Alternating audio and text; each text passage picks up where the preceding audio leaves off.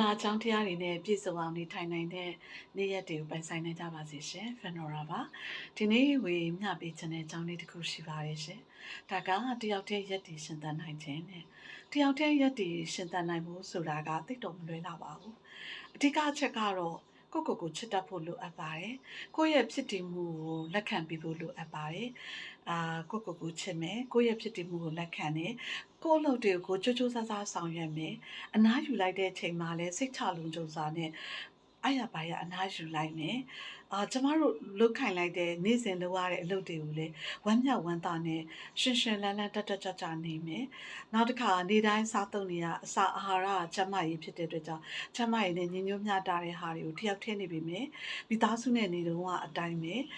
တေးသေးချာကြနစားသုံးမယ်။ကိုကူညီနိုင်တာတွေကိုကူညီမယ်။မကူညီနိုင်တဲ့အရာတွေကိုလည်းလက်ခံလိုက်မယ်။ဒါဆိုလို့ရှိရင်ကျမတို့ကတယောက်တည်းဆိုပေမဲ့တယောက်တည်းအတွက်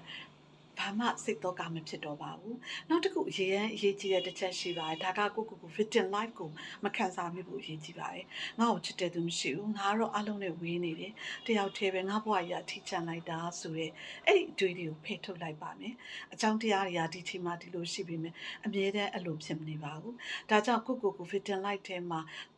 ပိတ်နှောင်ချီနှောင်ထားတဲ့ခံစားချက်မျိုးကိုဖယ်ရှားမယ်။တက်ကြွရှင်လန်းတဲ့စိတ်နဲ့ရှင်သန်မယ်။ကိုယ့်ရဲ့နေ့စဉ်အလုပ်တွေကိုတက်ကြရှင်သန်ပြီးတော့ဆောင်ရွက်မယ်။နောက်ပြီးတော့ပျော်ရွှင်ချမ်းမြေ့တဲ့အတွေ့အကြုံတွေနဲ့အတူကိုယ့်ရဲ့ယုံကြည်ရာစိတ်ဝင်စားရာဘာသာရေးကိုလည်း